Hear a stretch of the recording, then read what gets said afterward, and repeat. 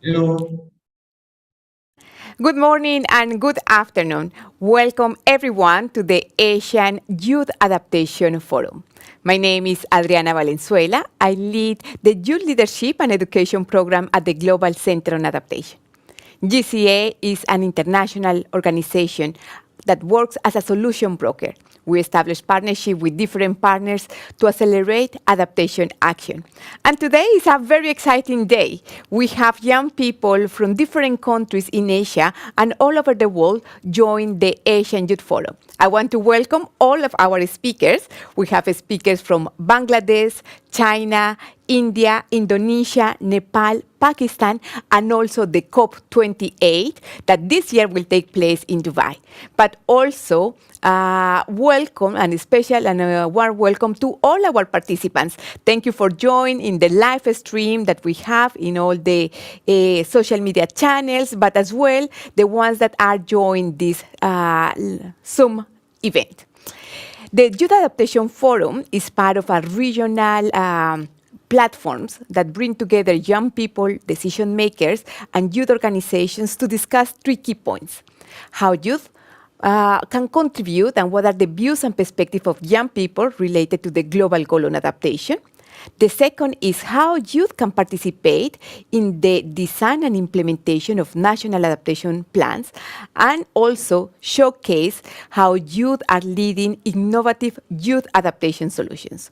The methodology today, we will have an interview with young leaders that are leading concrete examples and concrete initiatives to lead adaptation solutions, but also we will invite other experts to share their experience, and we will have breakout rooms under three topics to just have your ideas and comments. And to start, also, I am delighted to welcome Nicolo Del Porto. Welcome, Nicolo. We will start this session also with a Mentimeter, an opportunity for all of you to engage and to participate. The Nicolo Del Porto also works as part of the youth team. And Nicolo, over to you. Just guide us about the Mentimeter.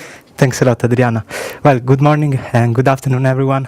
Welcome to the Asian Forum. Today, we will have an interactive audience engagement session through Mentimeter. So you will be invited to join Mentimeter session. And then there will be three questions in order to gather your inputs and your ideas and perspectives, and also the state of your knowledge so far on what specifically climate adaptation and national adaptation plans. So we can then move to the Mentimeter session. As you can see from the slides, you can connect to menti.com, and you can use the code 76575967. Through this link, you can connect to the questions that we will address you shortly.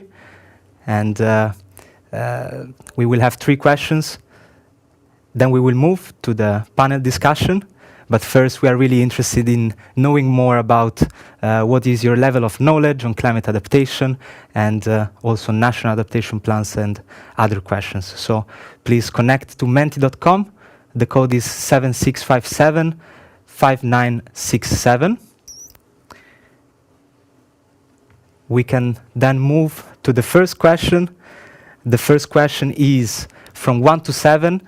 What is your level of understanding of climate adaptation?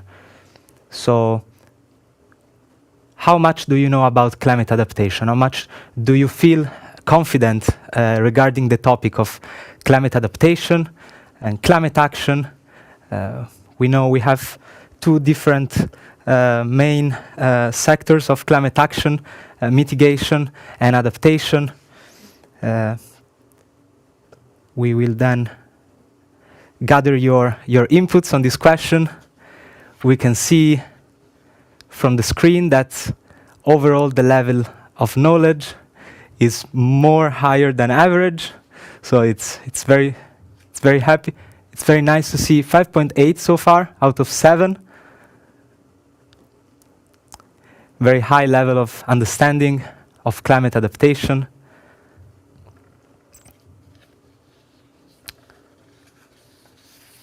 All right. So far, above the average. Fantastic. So we can then move to the second question. We would like to know from you if you know what a national adaptation plan is. We can already see that some answers are being gathered. National adaptation plans are a constituent part of climate action for states at the national level. Let's see how many of you are aware of these policies already. And throughout the meeting today, we will learn from young people, leaders and experts more about this topic. We can see so far a striking majority of people is aware of what national adaptation plans are. So far 20 responses. You can see lots of yes. So it's good to know that people throughout this meeting will know what national adaptation plans are. And then, of course, during the meeting, we will also hear from young leaders that have experience in engaging in the policy and decision-making processes related to adaptation action at the national level, including national adaptation plans. And we can then move to the third question. So, do you want to engage with your country's national adaptation plans? As most of you are aware already of what national adaptation plans, and maybe some of you are already engaging themselves in the policy processes related to adaptation action at the national level. Would you like to engage more, or if you never got any chance so far to engage with these policies, would you like to do so? Maybe after this meeting, after this event. We can see the majority of participants are willing to engage with their country's national adaptation plans. There are a set of countries that are currently working on their national adaptation plans. Some other countries have already finalized, and so far we can see that our audience is very much willing to engage in their national adaptation plans. So thank you very much to everyone. Thanks a lot, Niccolò. We will continue with the Mentimeter a bit later. And now I want that we watch together a video. The impacts of climate change are everywhere, but what is happening in Asia? I want to invite you to watch this video together.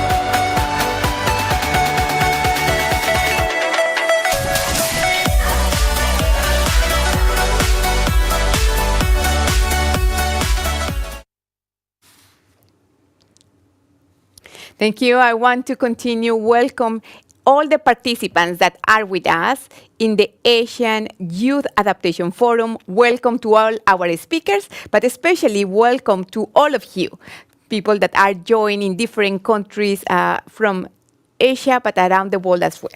And now I want to start this conversation. We have invited young leaders from different countries to share their experience. And I am delighted to welcome our first speaker, Irfan Ullah.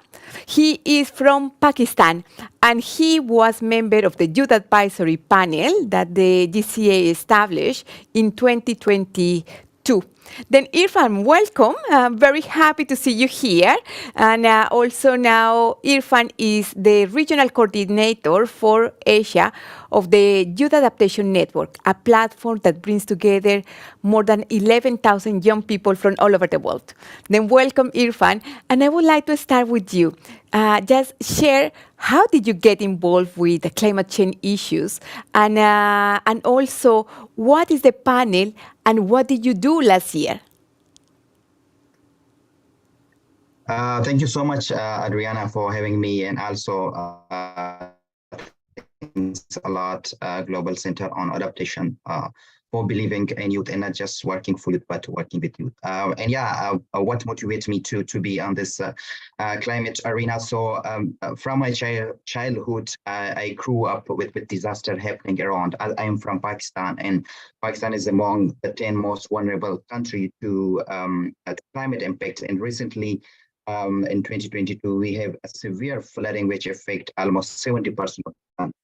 So while growing up with this disaster happening around me, it motivates me to do something for the vulnerable community, and which is why I somehow start working with the community people on the locally led adaptation and start working as a climate activist. And how I get into the GCA, so I was the GCA Youth Advisory Panel member of 2022 and 2023 for 1 year, with also other 11 amazing young leaders from different parts of the world, where we came together, we somehow help gather what could be the best climate adaptation measures and different community, and we having this amazing youth advisory panel for GCA CEO. And the key achievement, I think, so the year 2022 was an amazing year for youth engagement, and especially if you talk about on adaptation. So we had 7 amazing youth adaptation forum in 7 different part of the world, which bring together an amazing leader to come together to discuss what actually happening in their communities and what could be this way forward. And then in September, we have, I think, so first ever there was the youth dialogue on adaptation, and thanks to see again for being pioneer, bringing young people and 100 plus young leader from 50 countries came together, discuss the ideas, and not just discussing their idea with this, but also with the policy and decision makers. So we had Ban Ki-moon, we also have Amina Mohammed, where we present the key theme and key ask to them to be presented. And then at COP 27, again, for first time, there was this report published by GCA on youth engagement at Global Goal Adaptation. And once again, thank you so much, Adriana, you and all of you for the amazing work. So I think so it was an amazing year for us as well, and it was our pleasure being part of the panel, and during our amazing 1 year to be part of panel, a youth advisory panel member, we decided to have our journey continue with the GCA, and now me along with my colleague Patty, we are working as a regional coordinator for Asia. And yeah, so we are really looking forward for more amazing work in Asia. Thank you, and big thank you. Thanks a lot, Irfan, and thank you for your leadership. And now then, let me invite the second coordinator for Asia of the Youth Adaptation Network, Kathy Lee. Kathy had been also member of the Youth Advisory Panel in 2022, and she had been engaged in international processes. Then, Kathy, I want to know more about your story. How did you get engaged in climate change issues, and why? Thanks, Adriana.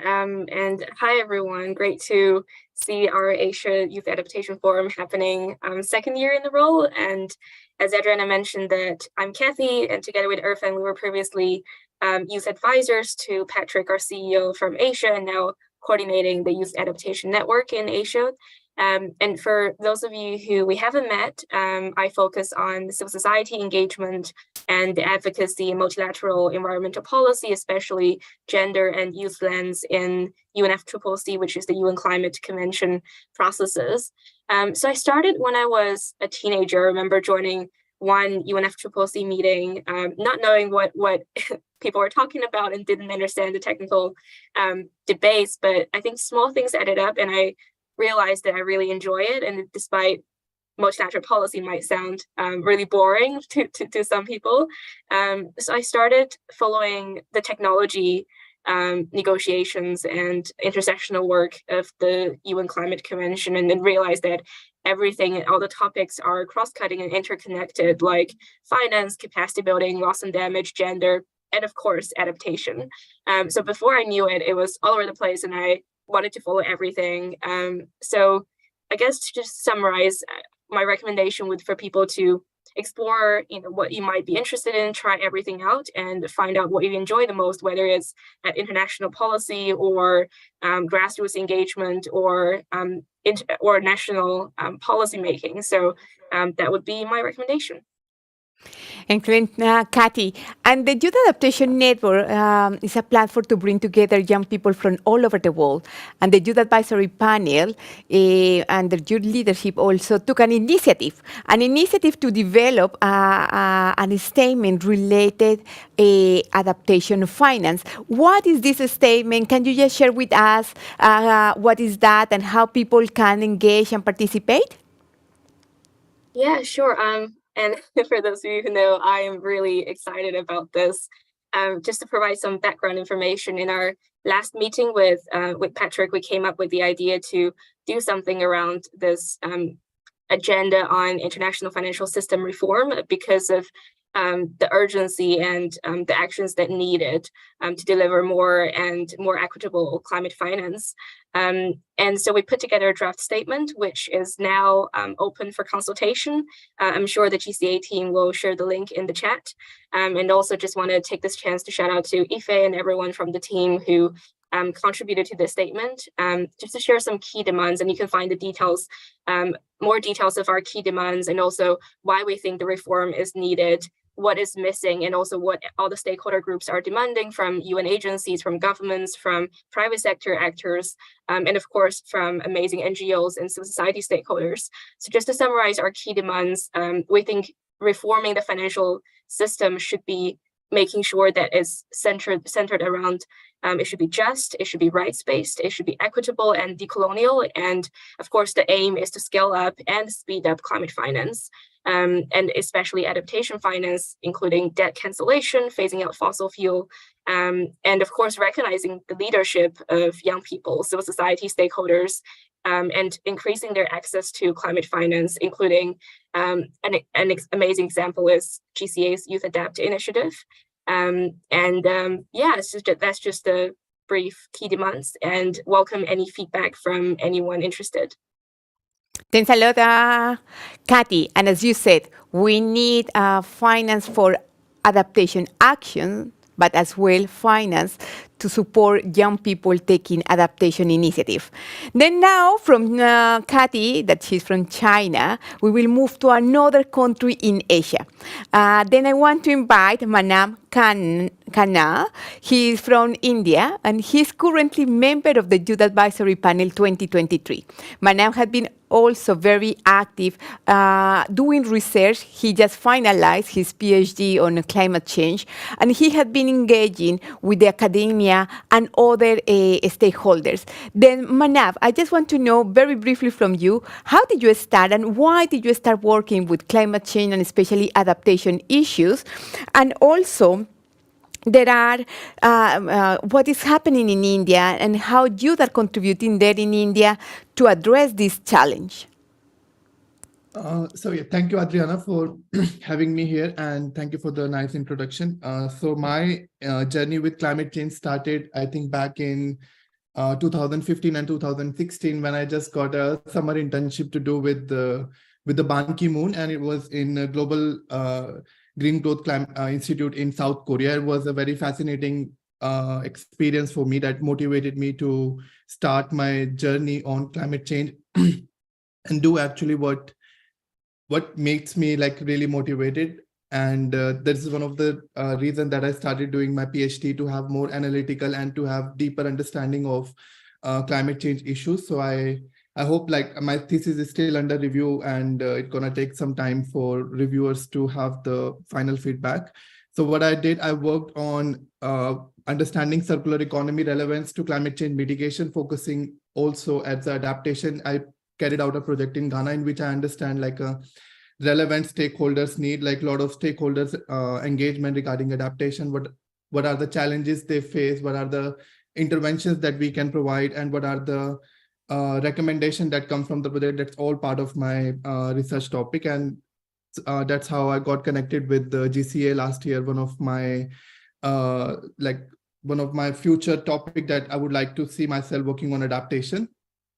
And as I would echo the voice from my Irfan, that he's from Pakistan, I'm from India. Like we are right now, it's one of the most, it's the 7th most vulnerable country, India, right now, and it's been very difficult from the finance point of view as a developing country, as many people would agree on this. And like right now, I think youth are playing a crucial role, but I would still say, like, from the policymaker point of view, youth are still not considered as a relevant stakeholder. So I think the time is moving fast, but it will take more time to actually see some real work on the ground. That's my opinion. And yeah, I am happy to be here. And Manab, you mentioned that we need different interventions, and adaptation is also, taking place in different countries, but also at the local level. And you have been working with the fact sheet that brings together technical and scientific information from the report that GCA produced, that is the STEC report, with the latest data and information, and you have contributed to the fact sheet on the locally led adaptation. Just please share with us what is this fact sheet and how people can access this information and use this information to raise awareness in their communities. The fact sheet is basically is to have an overview of state of the art of the adaptation, or what are the challenges associated in a local area. For example, I worked on a fact sheet related to sub-Saharan Africa, and in this fact sheet they give a little bit of a snapshot of, if you're not related to climate change or you're not related to adaptation, how you can understand like the challenges associated with it. So I always believe, as a researcher, the work we should do, even my grandmother can able to understand what is exactly we are talking about. So if any one of you would like to have a look at the fact sheet and understand the state of art of adaptation and challenges associated in sub-Saharan Africa that I worked on, and I think GCA team will share the link with all of you to have a look. So if I can give like a brief, just a snapshot of the fact sheet, like one of the emerging fact that came out is, like over 60% of the population are like smallholder farmer, and we see, like, as the climate is changing, as the the climate induced impact having on the livelihood. So it's one of the basic thing that you to understand, okay, this is the biggest challenge, and this is how we can make the interventions related to climate adaptation. So this is like one of the, I think, wonderful tool to have a snapshot of the idea, just to get idea, like, okay, this is the big problem in terms of quantitative, and this is how much people are affected. This is how much we need the intervention in terms of climate finance, in terms of capacity building, in terms of awareness, in terms of related scenarios. So I think GCA team will share the link, and please feel free to comment and feel free to have a look if you have any questions around. Thanks a lot, Manab. And you can see in the chat the link to the fact sheets. And every month, the Global Center on Adaptation, in partnership with the panel, the Youth Advisory Panel, is putting together a fact sheet to bring information to young people, especially related to adaptation. And now it is also a great honor for me to invite one of the global champions. There have been multiple conferences of climate change that are called the COPs. And I am delighted to welcome Professor Saleh Mohul Cook. He is the director of the International Center for Climate Change and Development that is based in Bangladesh. And he has been one of the global champions leading the adaptation agenda. He also has been part of the IPCC team leading some of the reports, also engaged with the academia academia and providing advice to governments about how to advance the negotiations, but as well how to advance adaptation action. Then, Salem, thank you very much for being with us. You participated and you contributed to the youth forums last year, and you can see how the network is growing. More young people are interested, more people are just participating and want to take action.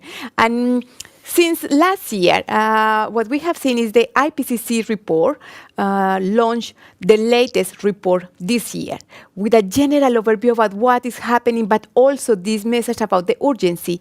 I would like to invite you just to provide us like a general overview about this report and what is happening in Asia, especially with the impacts of climate change and adaptation. Over to you, Salem. Thank you. Thank you, Adriana, and good afternoon from Dhaka, Bangladesh, to all of our participants. It's great to be with you. So let me start by sharing the key outputs from the 6th assessment report of the Intergovernmental Panel on Climate Change that Adriana referred to, IPCC. In short, it's called AR6, the 6th assessment report. The IPCC has 3 working groups. Working Group 1 that looks at the climate models, Working Group 2 that looks at impacts, vulnerability, and adaptation. I used to be a lead author of Working Group 2 for many, many years. I was not in the last report. I was in the 3rd, 4th, and 5th assessment reports, but not the last one, the 6th one. And then they put everything together into a final report called the synthesis report. The 3rd, Working Group 3 does actions, and then the synthesis report brings everything together, and the synthesis report was just completed and published a few days ago. I'll tell you the main messages on adaptation. The first thing from Working Group 1 was that we can now attribute impacts of climate change because temperature has risen above 1 degree centigrade because of emissions of greenhouse gases. And we now have attribution. This is called attribution to human-induced climate change. And then Working Group 2 did a lot of analysis of impacts and adaptation activities because they have already started. And they analyzed adaptation activities around the world. And they made 2 observations. One is not enough is happening. A lot is happening, but not enough. We need to scale up very, very significantly adaptation actions and investments. And secondly, the investment that has been made already has been effective to a large extent, but also ineffective to a very large extent. And while the ineffectiveness reasons vary from place to place, one of the generic reasons for ineffective adaptation has been a lack of local level inputs into adaptation. The ineffective ones have generally been top down. Either global experts come in with money and tell the people what to do, or even national level experts go to the local areas and tell people what to do. And they don't listen to what the people themselves know and tell them, because the people know what is happening and they have good ideas what needs to be done. So this has given rise to a new segment of adaptation called locally led adaptation. And we just heard from colleagues who have already done some work on this, which I would recommend that you have a look at, because locally led adaptation is where the youth need to put your energy. You now are the masters of locally led adaptation. You have to take this in under your control. Do not be a reactive body anymore. Be a proactive body. Take actions at the local level wherever you live, in whichever part. And Asia is by far the most impacted continent in the whole world, both in terms of population, biggest population, but also in terms of the vulnerability of those populations. Every country in Asia is extremely vulnerable to the impacts of climate change, particularly those of us in Southeast Asia, but everywhere in Asia. So young people now, you are now going to have to take charge. No longer lobbying and advocating only. You still need to do that, but you also need to be taking charge. Do things at the local level, wherever you are, wherever you live. Organize yourselves, work with other young people, and take actions, and then share those actions. And I would be very, very interested in learning about what you're doing. Remember, adaptation is not about a problem. Adaptation is about a solution. You have to give me a solution. You have to give me your story, which is a solution, not a problem. You had floods, we know you had floods. What did you do about it? Tell me a story that you did something, you adapted, the local people did something. And I would be very, very happy to publicize and share that. We have a Voices from the Frontline series of these voices of people doing things from the local level all over the world. And in Bangladesh, we already have a platform, a national platform on locally led adaptation. I would encourage all of you to participate at the national level in your own country, input into the NAP, the National Adaptation Plans, which have been mentioned already, and then also bring it up at the global level for those of you who have the opportunity to go to the COP. The next COP will be COP28 in Dubai in December. I hope many of you might be there. But going to the COP is not necessarily the only way in which you can influence global decisions. And I'll end by making a piece of advice on how do you link the local where you are, which is most important, but then you also need to think about linking it up to the national, particularly in the national adaptation plans in your own country, and then at the global, particularly at the Conference of Parties. Nowadays, it is quite possible to participate in events at the COP without actually going to the COP.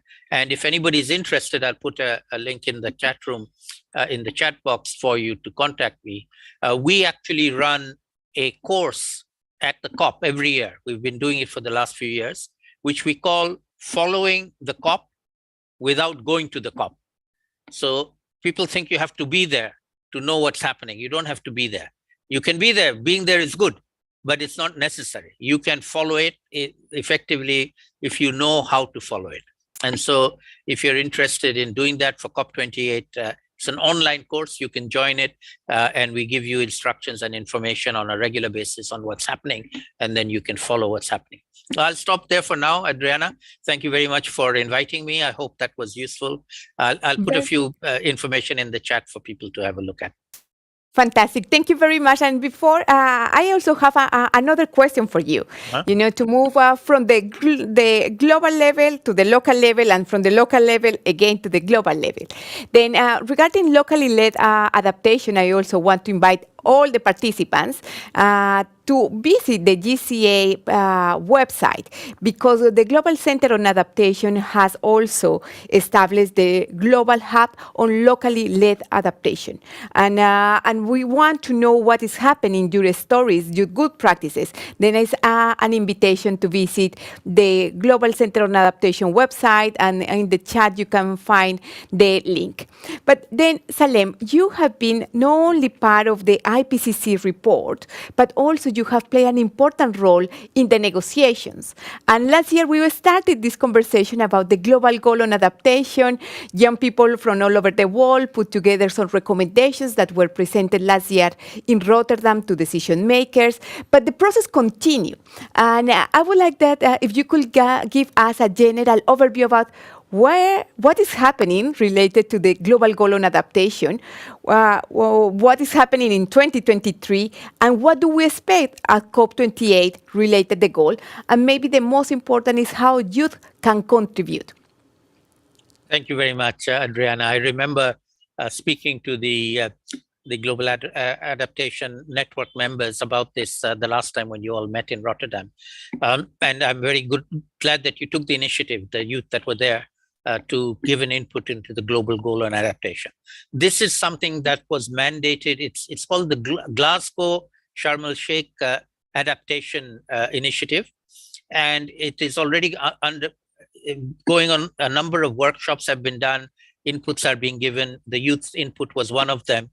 These are now all being considered, and in COP28, we are expecting that there will be a recommendation on developing the global goal on adaptation. Now, let me just give you a little bit of background on that.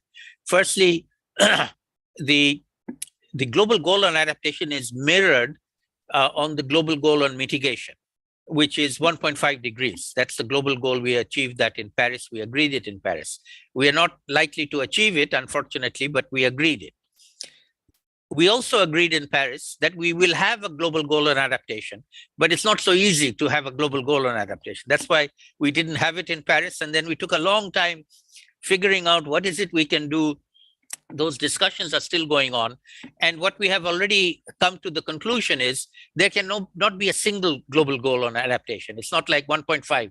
There's no equivalent to 1.5 on adaptation, except for money. We can say we need $100 billion for adaptation. That's a global goal only on money, but not on what are we going to do. And so the actual activities will probably be a set of adaptation activities, including local level activities, including youth activities, including other kinds of national and other activities. So a set like the MDGs and the SDGs, you remember we have 17 SDGs. So similarly on adaptation, we might have maybe 4, 5, 6, we don't know exactly how many, separate activities which we can then monitor, set a goal and monitor progress towards those goals. And I would recommend very strongly for those of you who are already involved in it and those of you who want to be involved in it, get involved in the youth initiative. So you need to be pushing for this. If you don't push for it, it won't happen. That there should be a separate sub-goal for youth on adaptation. And you need to figure out what that should be and then ensure that that gets accepted as one of the global goals on adaptation. There will be several. That's impossible to do only one. They will have to do a number of them. So make sure that they have a youth one. I hope that answers your question. Yes, thank you very much, and especially thank you for your leadership and to be with young people. You are an inspiration for all of us, and we look forward to continue working with you. Thank you very much, Alem. Thank you. And then now, from the global level, I want that we move to the national level. Then, as I mentioned, we are in the Asian Youth Adaptation Forum, and we have 3 key objectives: to discuss how youth can contribute to the global goal on adaptation, but as well how young people can engage and participate in the design and implementation of the national adaptation plans. And I am then delighted to welcome our next speaker.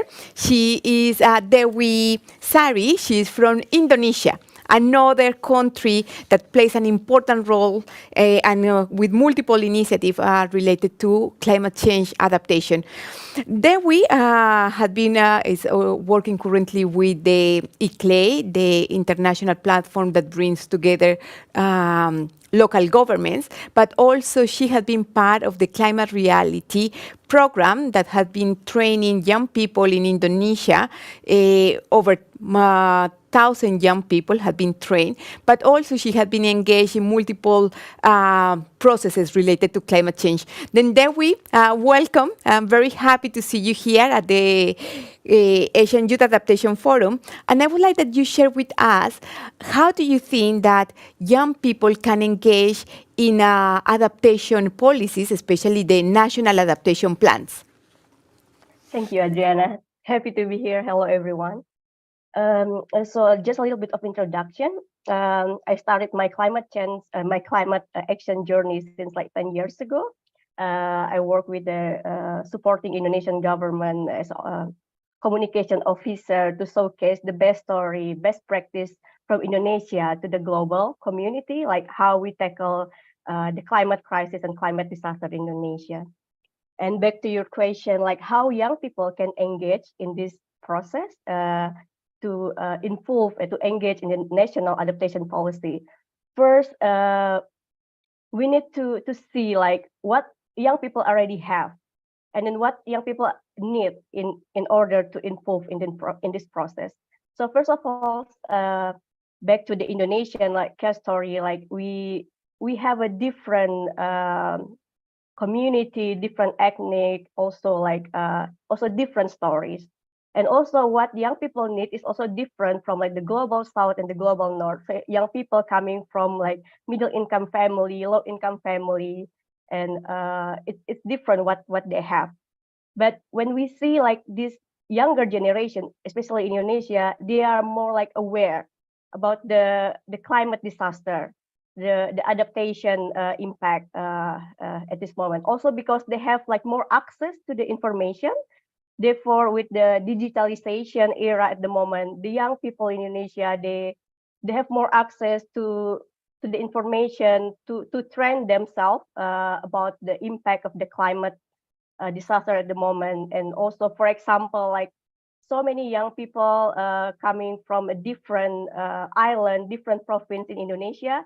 They have been trained to understand what is the climate crisis in Indonesia and how we tackle together. So for example, like in the program that I also have been trained for, we call it like climate leadership camp for climate crisis. So we gather so many young people every year to be trained about what the climate action is. And then therefore, like, you know, from this training, they have so many knowledge, and then after this training, they will gather themselves, and then how we will do this action into the community. Like they will get back to the community, they will, you know, share their knowledge. So like more like sharing knowledge and also sharing best practice. And then this is like the starting point, like how the young people can engage in the national adaptation policies, like by showing case what they can do. So like showing like what young people can bring as a solution to this process. So by seeing this, the energy of the young people, and then the leader will see them like, oh, young people is a part of the solution. And also in Indonesia, the government recognized the importance of the engagement the young people into their NDC and also into their national adaptation plan.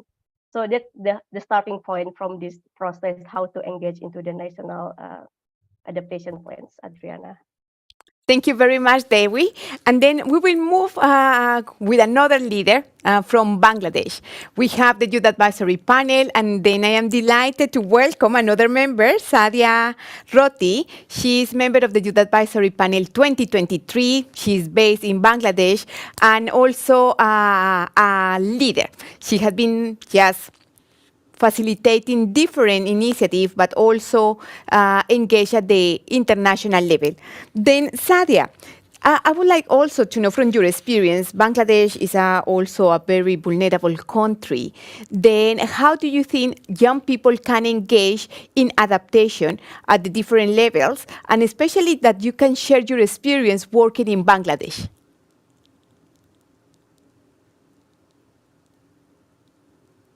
Hello, everyone. I'm very much glad to speak in this Youth Adaptation Forum, and I'd like to welcome all of you who have joined and participating in this Youth Adaptation Forum. I'm Sadia Roti. I'm one of the youth advisor from Bangladesh. And I'm working in Bangladesh in the climate change since 2018. So basically, my story is a little bit different because since I was 9 years old, I have been watching how the climate change is being affected by the various natural disasters like cyclone. I'd like to share with a story. In 2007, the cyclone Cedar struck our country, and I was just 9 years old, and I witnessed how devastating a cyclone can be. So like these, the other cyclones struck our country every year, and the frequency of these disasters are increasing with time. So, you know, this climate change is a threat for the future of us and also the future of our communities as well. And I believe that by engaging in adaptation action, I can help to protect my future and the future of our generations and also our communities. And engaging in adaptation action can help to reduce the risks and impacts of the climate change, such as extreme weather events, cyclone, sea level rise, salinity intrusion, etc. And yeah, it is very much essential for young people to continue to advocate for the youth inclusion in the global goal on adaptation. So there are several advocacy strategies by which they can ensure their voices are heard, and you know, that climate action is taking to protect their future as well.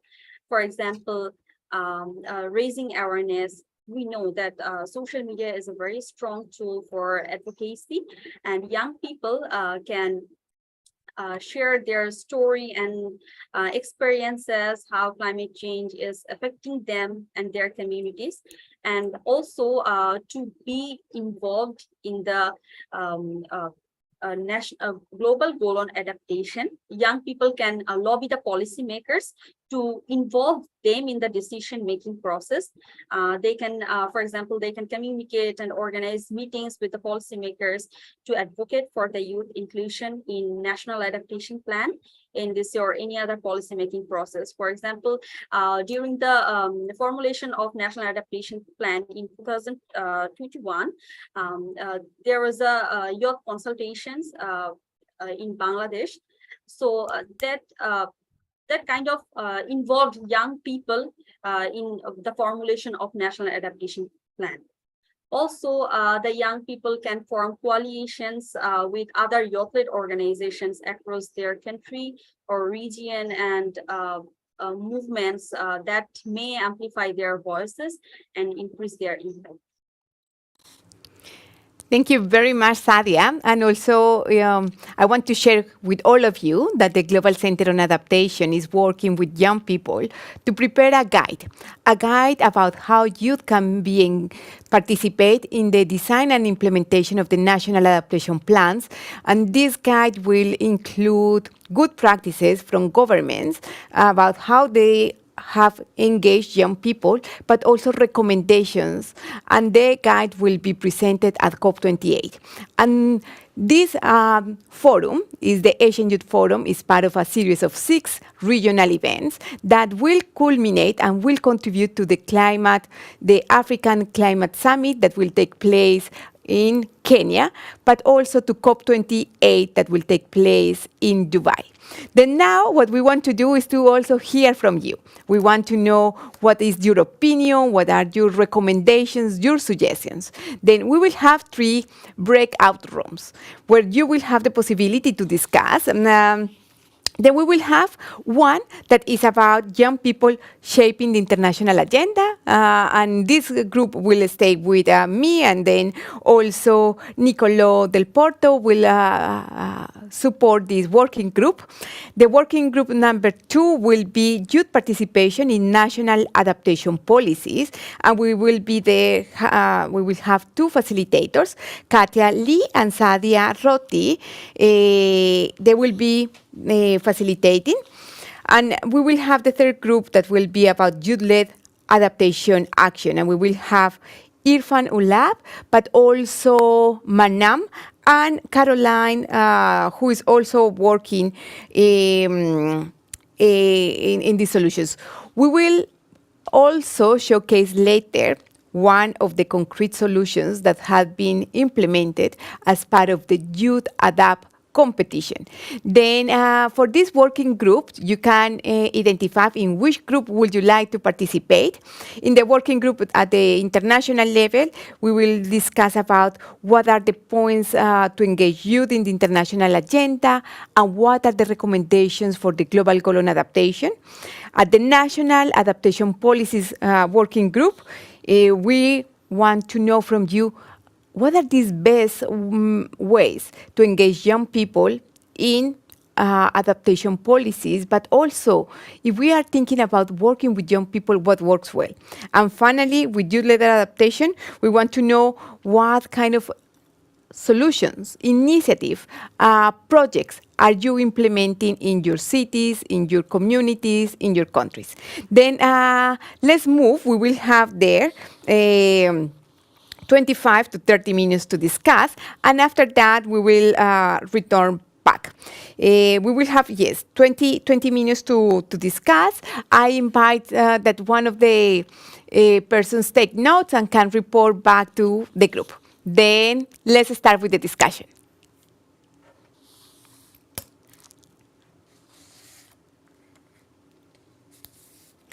Then welcome everyone. It is the working group about youth participating in the international process. I am also delighted to welcome back Nicolo, who will be supporting this working group.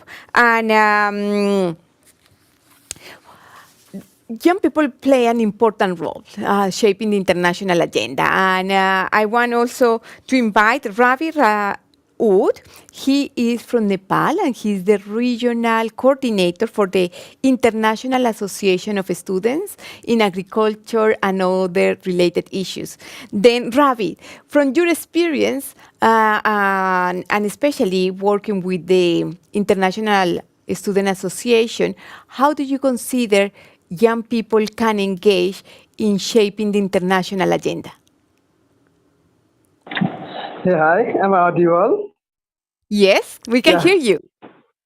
Yeah, thank you, Asian Youth Adaptation Forum, for inviting us. And yeah, I'm the regional director of the youth organization EAS of Asia Pacific region. So yeah, I'm very delighted to get here with all and share my just insight about my engagement during COP27 and how our organization is been working to engage a lot of people in such platform. So yeah, on your contrary questions that how the youth like us can engage in such activities, it's like that. So yeah, the main things, prominent things is to making all the people, so all the youth like us to engage in such youth-oriented organizations who are continuously working in the field of climate change, climate adaptations, and the mitigations. So the same motto yes, was with 13 delegates at COP27, and we organized two-side events in collaboration of different organizations at Food System Pavilions and European Union. Through our side events, we talked about our ongoing projects, like we are having 25 plus ongoing projects at different part of the world that is related to the climate change adaptations. And yeah, in Indonesia, in Nepal, in Bangladesh, our project is running actively by the investment of different like World Bank, how they are just investing also, and we are getting a good positive change with our project. So we are happy on that. And beside that, side events on the COP, we are also on the negotiation floor.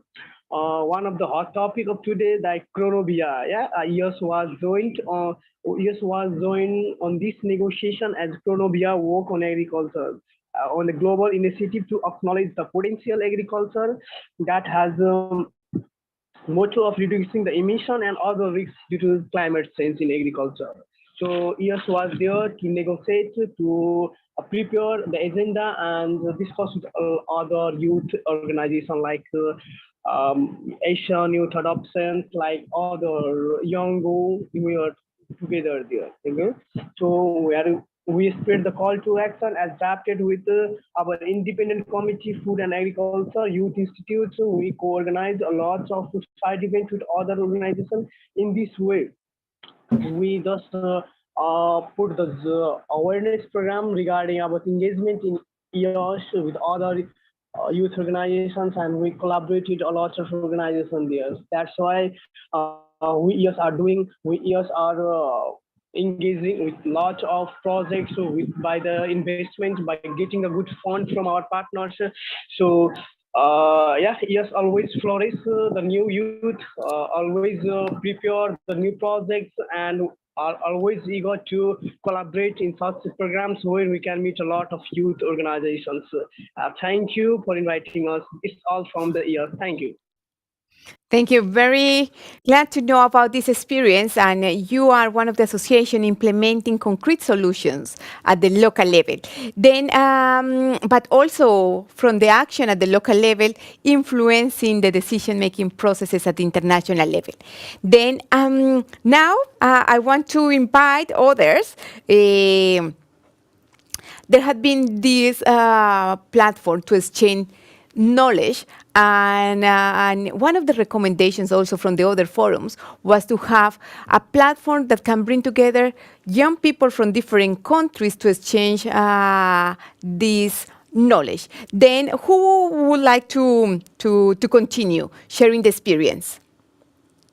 Yeah, I can see that there are different people. Then if you can help us in the production to give the floor to, if you want to share your experience, maybe you can just raise your hand.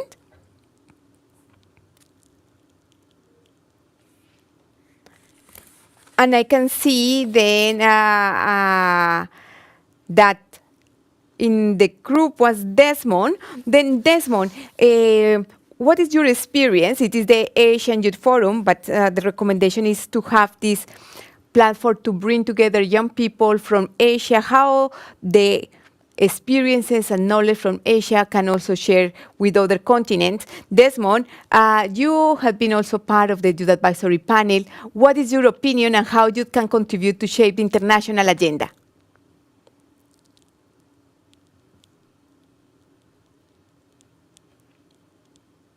We cannot hear you, Desmond.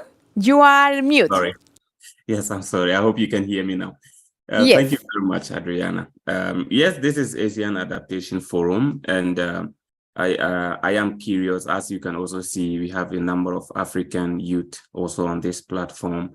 The reason being that there's so much similarities with respect to the struggle, and so it's the solutions that we are all trying to shape together. So I think the focus here is around how do we actually understand the approach to contributing to both the solutions we want to create by bringing government attention to some solutions young people are already championing, but they are not getting the spotlight. And I think that one or two of the first people actually spoke about some of the initiatives that they are doing, which I think is a very significant aspect for us to bring to a platform like this. And also because we have multiple or diverse opinions here that we can together shape. The other thing is also tapping into what Professor Salmoon also talked about, the opportunity for everyone to get involved,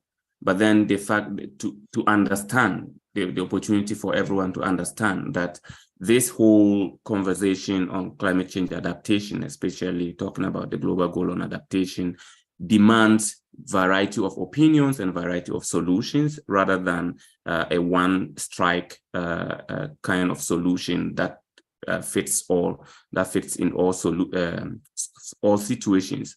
So for us, I think that we are more interested in listening, more interested in contributing as well, but then looking at it from African angle and trying to relate this with national issues and national priorities that we are facing in our various countries.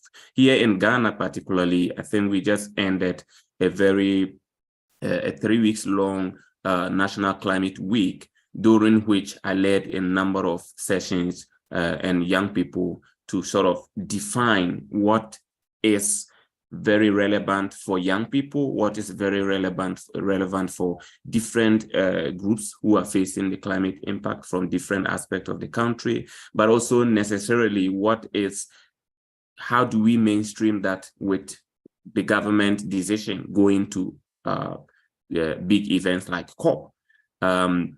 So for us, we want to share this platform and also to listen and also to sort of respond to any issues that may warrant any response from us, because we all across the world have different range of experiences working with the different stakeholders. Thank you.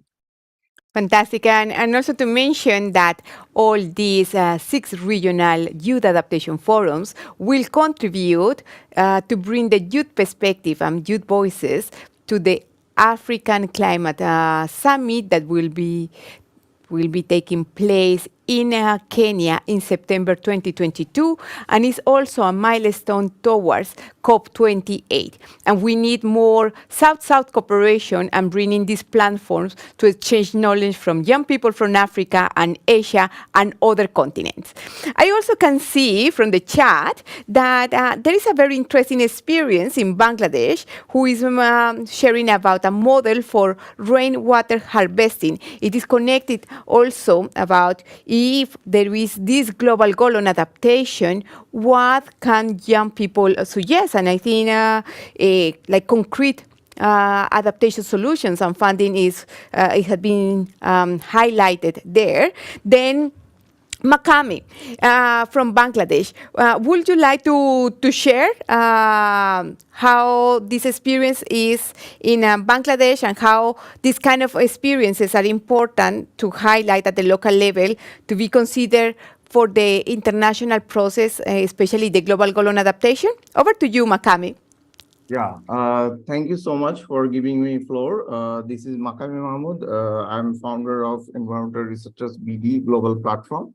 In this platform, we share environment and climate related knowledge, and also we do some innovative project work like rainwater harvesting system, ponds and filtration and other things. So firstly, yeah, we work on this rainwater harvesting model. Definitely make a significant contribution to adaptation, because in our country we are mostly focused on adaptation part. So basically, rainwater harvesting system is mostly needed in coastal region, and our model, we developed our model based on that, and our model was implemented in climate tech, CCDB, Christian Commission for Development in Bangladesh, in climate technology park. In our system, we developed two types of system. One is for drinking water purpose, and another is for agriculture and toilet purpose.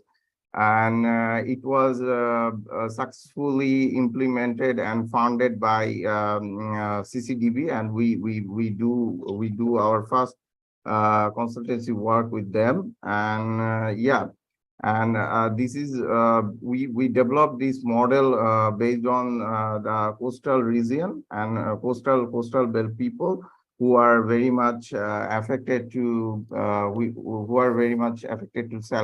salinity and other things. So in coastal region of our country, people in rural areas especially, they want to they harvest rainwater according to their economic condition and other things. And yeah, and they adapt water through tank, mortar and other material, which is reasonable and convenient for them. And we not only we established, we also did some participation in SRNet and other forum, which forum are working with rainwater harvesting system. And we submit a poster which I can share in chat box later. So yes, this part is crucial for adaptation. Thank you very much. And these are concrete experiences and concrete projects that are taking place. And as part of the global goal on adaptation, one of the recommendations could be, to also canalize funding to support youth-led adaptation solutions. I can see also that there is an experience from Pakistan. Kali Mughal. Then Kali, please, welcome to the forum. Just please share what is happening there in Pakistan and how from the experience in Pakistan we can take some recommendations for these international negotiations. Can you hear us? Thank you for offering this. Actually,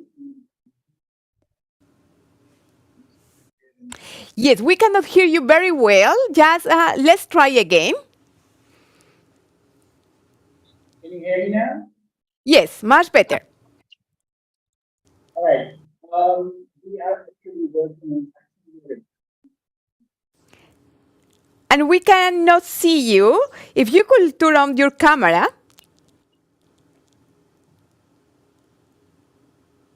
Can you see me now? Yes, please. All right.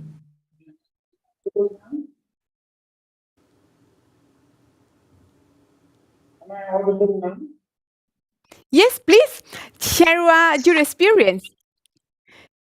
Okay, The- we are policy for moment, and we are actually a this, yeah, we are the association of experts living in Netherlands. But then Khalid, we cannot hear you very well. I think that the connection is not very well. Then also, as the sound is not working, I invite you just also to share the experience on the chat, and like this we can also share. Then, okay, let's try, Khalil. I think the connection is bad. And let's share something on the chat and see if we can exchange some valuable things there on the chat. Thank you very much. Yes, and for all of you, you can also share your good practices. I can see a very dynamic chat where you are sharing your experiences, contact details, website. It is a platform to connect all of you. Then we want to know also what more is happening in other countries, and also how these recommendations can be integrated for the global goal on adaptation. Then I can see Rashana. Then Rashana, would you like to share your experience?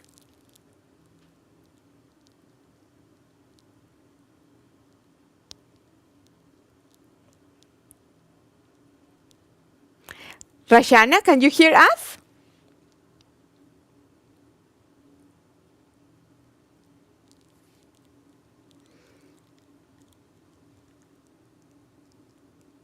Then we, as part of the Global Goal on Adaptation, it is part of the Paris Agreement, where governments agree to define what will be these key actions to mobilize and accelerate adaptation action all over the world. Last year, governments adopted, not last year, at COP26 in Glasgow, governments adopted a work program. And they defined that during the 2 years, 2022 and 2023, they will have different workshops and negotiations to identify these key actions. And as part of the youth adaptation movement, some recommendations have identified, like regarding finance, how finance also can be available for young people. But what more? What other recommendations have been highlighted, Nicolo? Well, so far we have been hearing from different parts of the world, from Africa, some stories of youth engagement, and also from Pakistan, from other parts of Asia. This space is a very powerful space for cross-pollination and for hearing lessons learned and best practices from different parts of the world so that we can learn. We've been hearing from actions at the local level, youth engagement for international processes, so for advocating for adaptation action, and also to better understand more generally what are the youth priorities. For instance, in Ghana, Desmond has been talking about this process that has brought together many young people to listen which are their priorities, to then move from the local to the international level. Indeed, these are very useful moments to learn, and as Salimul was also saying, not just to listen about the problems, but also to learn more about the solutions. What we've been hearing throughout the event is that young people have indeed lots of solutions and ideas that want to share and engage. And Nicolo, what are the recommendations from the youth adaptation? What are these key categories that young people suggested? Yes. So last year, at the end of the consultation process of the 7 regional youth adaptation forums and the youth dialogue on adaptation action in Rotterdam, with the document, the report, Youth Engagement with the Global Goal on Adaptation and the Youth for Adaptation communique, young people have expressed their priorities in the fields of education, in the fields of finance, of youth participation in policy and decision-making processes, and in youth engagement with these processes. So there are a set of priorities, of points that young people have expressed throughout the same consultation process that today we are having in relation to Asia. And I invite you to have a look at the website at gca.org. In the youth leadership page, you can find these and other publications, including the guide that we will be releasing on national adaptation plans at the end of the year. Thanks a lot. And one of these points has been also highlighted is about raising awareness, education, and capacity building. You know, we need to prepare not only the new generations, but everyone in the world to be able to take adaptation action. And we need to increase the knowledge, but also develop skills. And the most important, to promote a transformational change and a behavioral change. I can see that also there are other people that want to share the experience. Then please, if you want to share the experience, please just unmute yourself and share what is happening and what is your recommendation.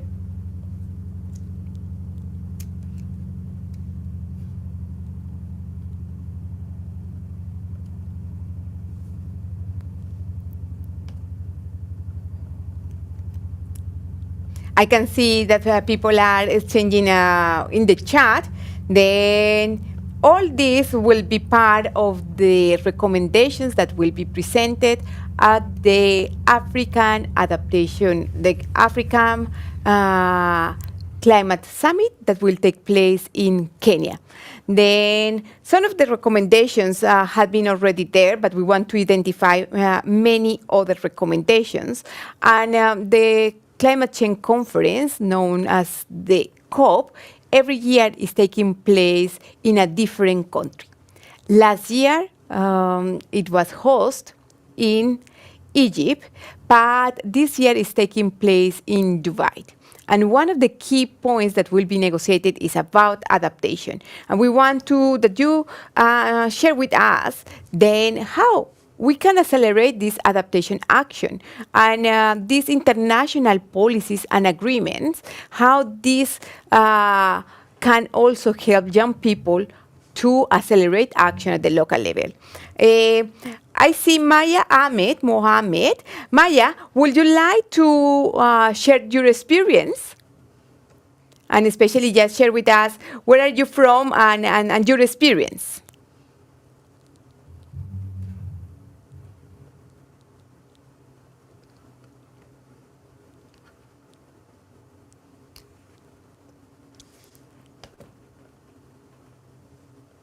Yes, in the chat then there are different exchange. And then Dewi, then some recommendations from you. You have participated in how many COPs? And from your experience, you know, young people go to the COP and they don't know what is the climate change conference and sometimes they feel lost. What are your suggestions and recommendations for young people that are going to participate at the COPs? Thank you, Adriana. Yeah, I've been to like several COPs, and the last one in Sharm el-Sheikh. My recommendation is starting from the local level. So before going to the national and international forum for the climate action, you should start with the local level. So like contact the local leaders in your city, county, province, and then get to know what are their actions, because the international decision-making process is always based on the national and then the local level. So like, you know, it's like from bottom to up. So first you have to understand what is your situation in your country, what is the situation in the city. So in order to understand the global scene of the climate adaptation, you should understand first in the local level and then in the national and then it's easier to understand in the global scene of the COP. So in order to go to the COP first, you have to understand better what is happening in your country, what is happening in your city. So that's my advice to the young people who would like to go to the COP. Excellent. And then once then there is a COP, but then everyone is there exchanging, how we can implement the decisions that have been adopted at these international conferences, and how young people can really take part.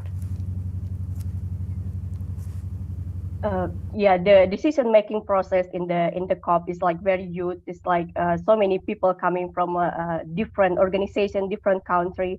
So when the decision is made, then we can share. So one of the important action may be to share within your community. So when you're back from COP, you should share with your community, your organization, your family. So we should start from the personal level, and then also to your colleague, for example, and then we discuss together what can we do in the local level, in the country level, from this international decision making process in the COP. So it's always like coming back to ourselves, to our personal, to our family, organization, and in local community. So that's what I think about it. Fantastic. Then remember, the transformation starts with yourself. Then also, Rashana Matur, I think that Rashana, you have requested, then before that we just go to the plenary, because we have analyzed and to hear from all the groups. Then if you want to share your experience before that we go to the plenary.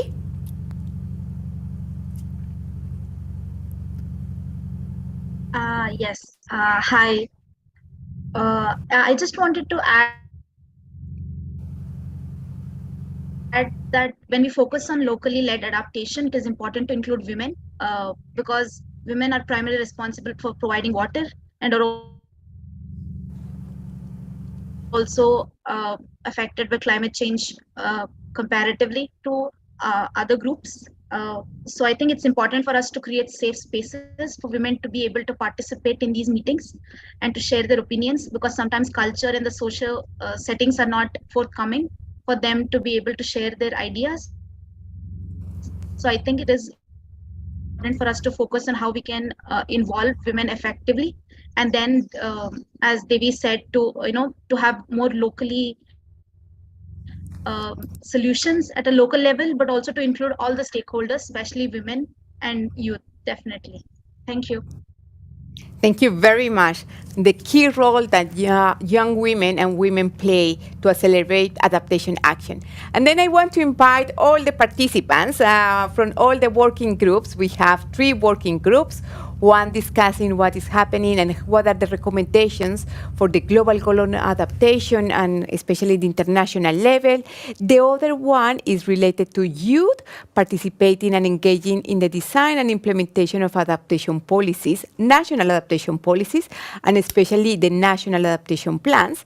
And the final group was discussing about youth-led solutions. Then what I want to do is I want to invite one of the the take note there from each group to share with us some of the recommendations. Then I want to invite, we have Irfan and Manam from the Youth-Led Adaptation Action. We have Sadia and Katia from the youth participation in national adaptation plans, and we have Nicolo at the international level. Then let's move now to hear from Irfan and Manam. What did happen in your group? Should I go, Irfan? Lots of fun. Yes, please go ahead. Yeah. So yeah, we received some recommendation that would be wonderful, and also seeing the youth participation across the region in Asia. So we received some of the best practices happening related to sustainable agriculture happening in Bangladesh, which can be scaled up and implemented in India, across Indonesia and Bangladesh. So we received some of the recommendation, and also like scaling up youth participation accordingly. So one of the things that someone mentioned about like the horticulture best practices in the region, which I think is one of the seeing like the increasing impact of climate change can be useful in this area regarding the youth participation as well. And the other recommendation that we receive in like how like the agriculture activities can be linked to mitigation practices related to climate change and importance of youth participation, as well as the capacity building of the local population. So these are the recommendations that came out from our session. In case I missed anything, maybe Irfan can also speak up. No, thanks, Manav. You summarized it very well. And maybe just to add the point you already mentioned. So I think so one of the key takeaways also that the framing, the terminology we are using in a different community, in different cultures. So somehow it's also really important to kind of think the terminology we are using and see in that it are somehow having the inclusiveness lens to it. I mean, the local culture norms, are they respecting it or not? And instead of being Eurocentric, is it the local cultural centric, local country centric? So yeah, that was somehow the main, I would say, takeaway from our breakout room. And thanks everyone for the nice discussion and bringing the insight. Thanks, and over to you.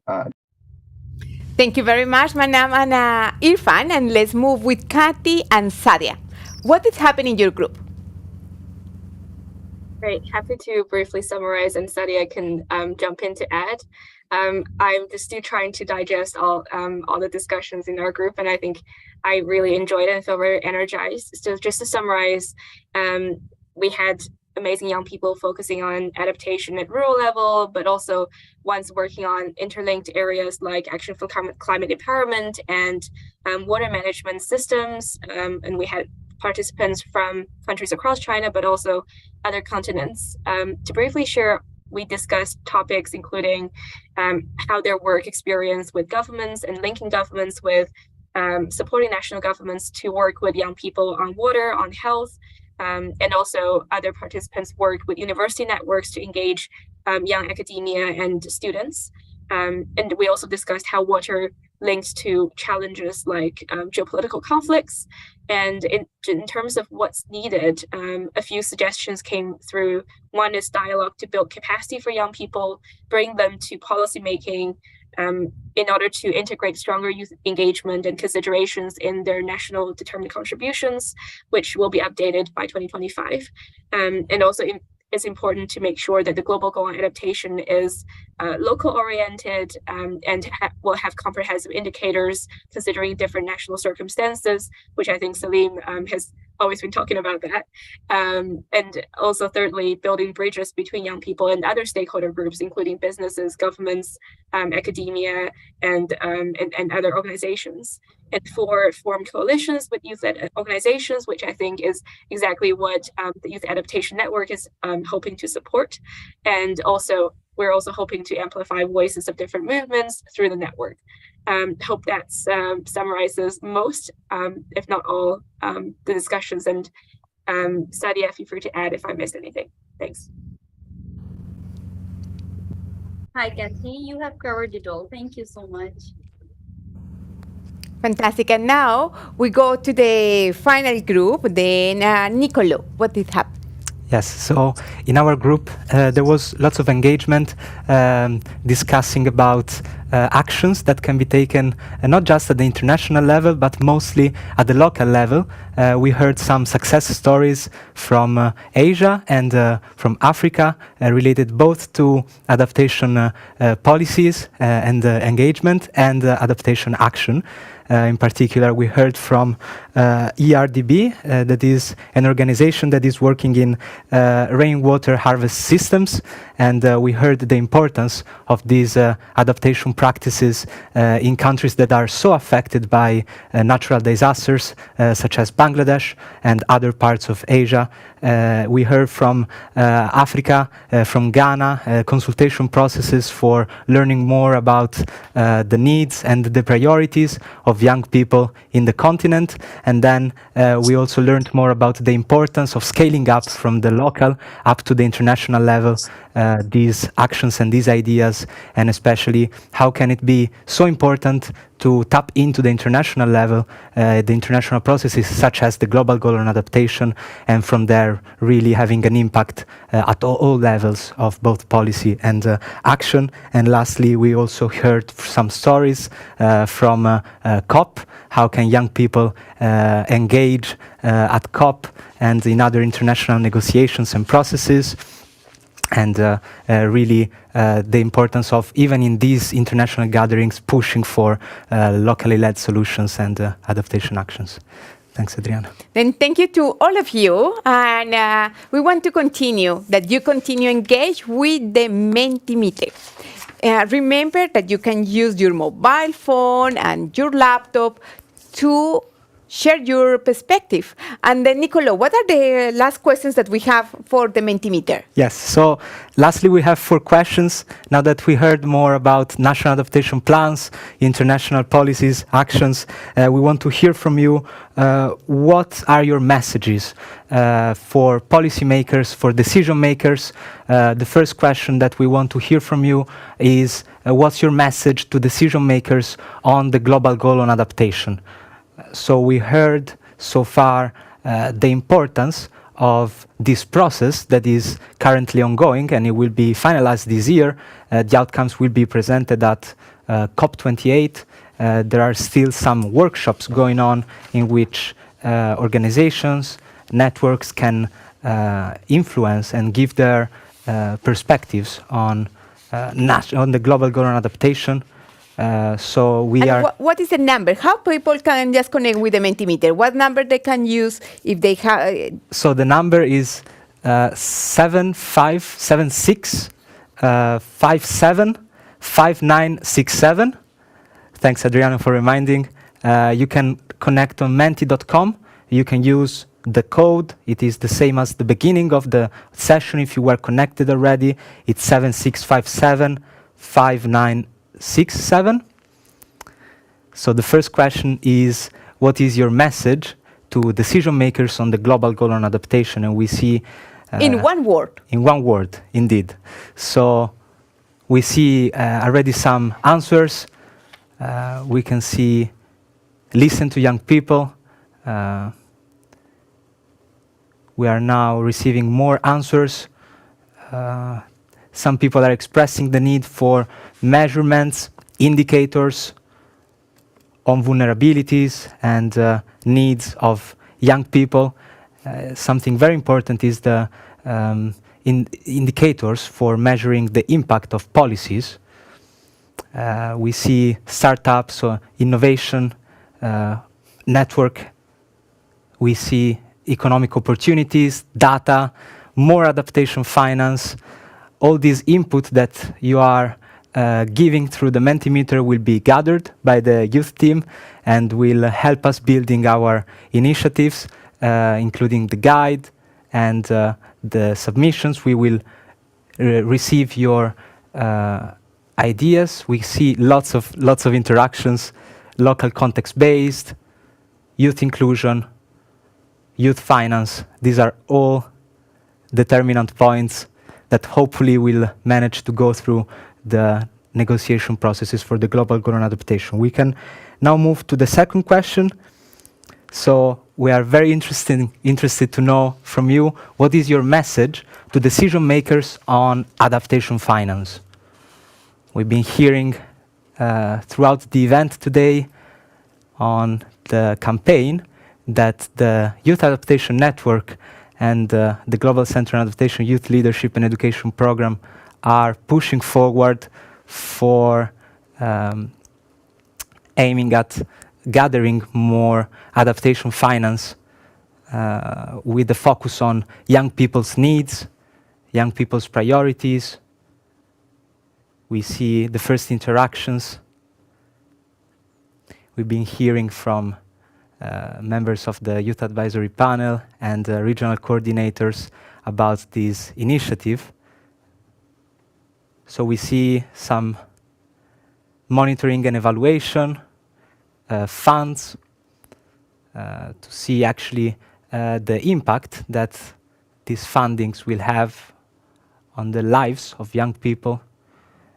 double adaptation finance was one of the pledges made by global leaders, world governments at COP27 in Glasgow, make impactful funding. We see balance with mitigation as well. There is another pledge that is the 50-50, so 50% for mitigation and 50% for adaptation. And we are seeing how much these pledges are being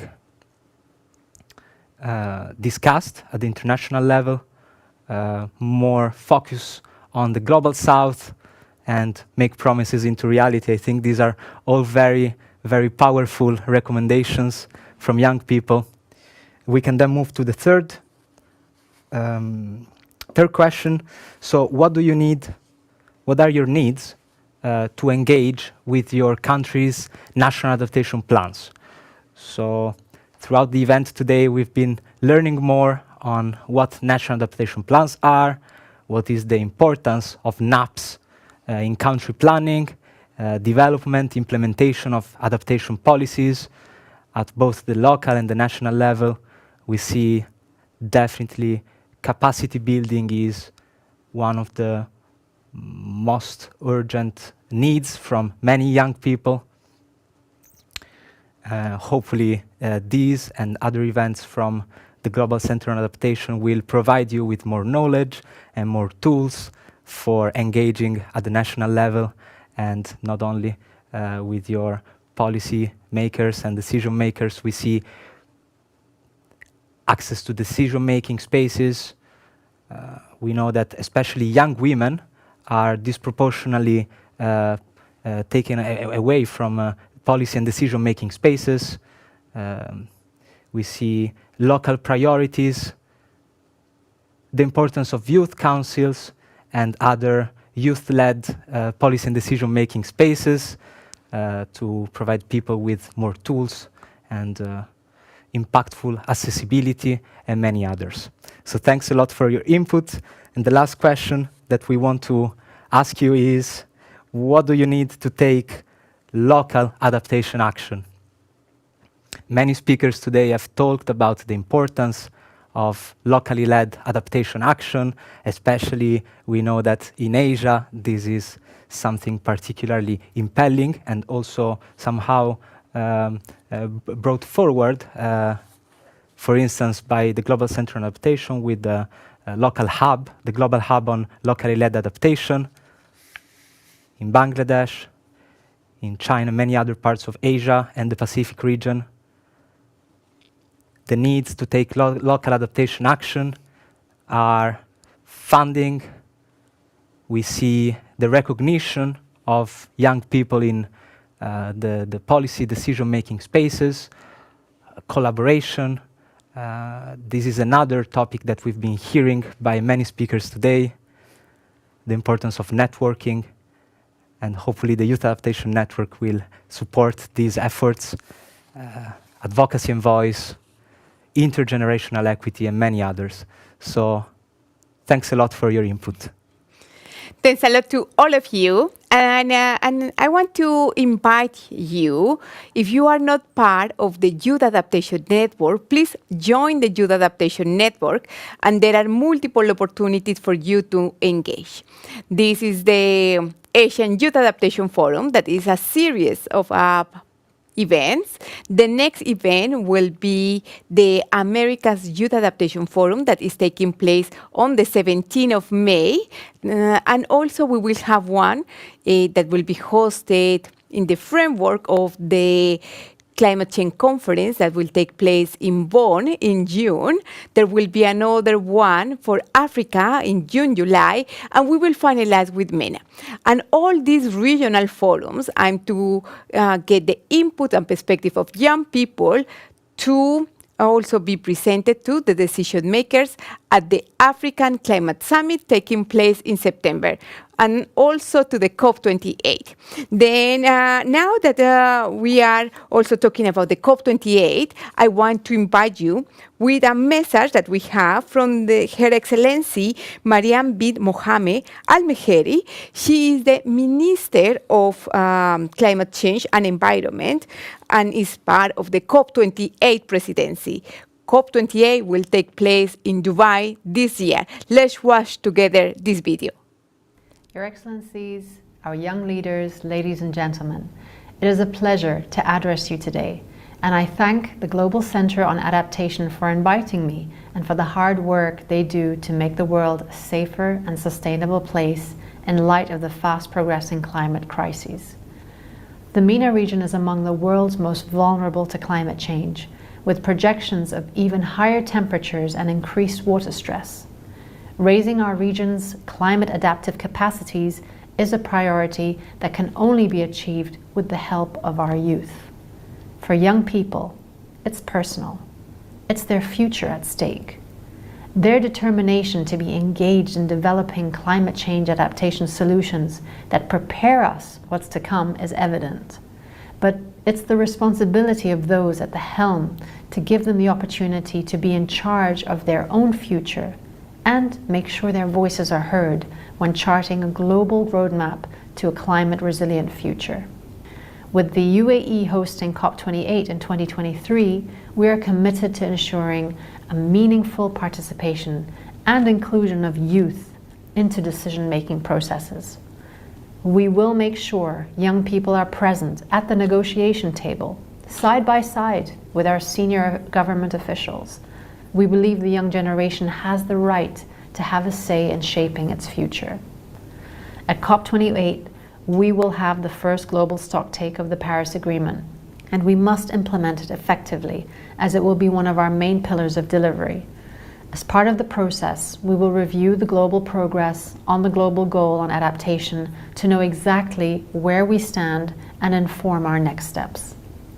To create a positive future for the next generation, climate action is an all-inclusive process. We need everyone on board, particularly our young leaders, if we are to succeed. I have high hopes in our young people, and I'm confident they will achieve great milestones in strengthening the global climate resilience. Together, we will be at the forefront of building a climate-safe, brighter future. Thank you.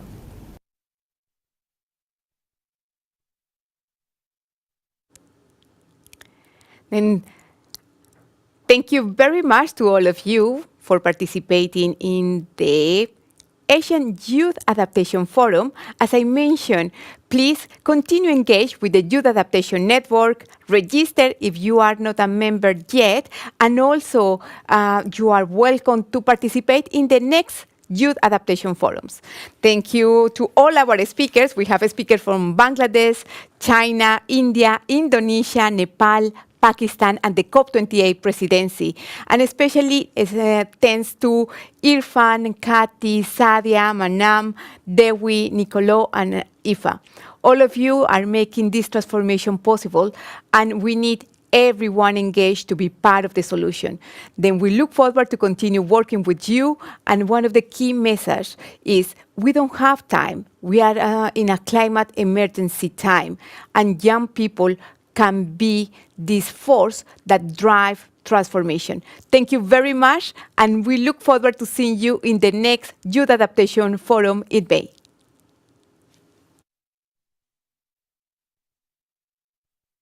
Thanks, everyone. Goodbye. Hello. Thank you, everyone. Bye. Thank you, everyone. Bye-bye. Thank you. Bye-bye.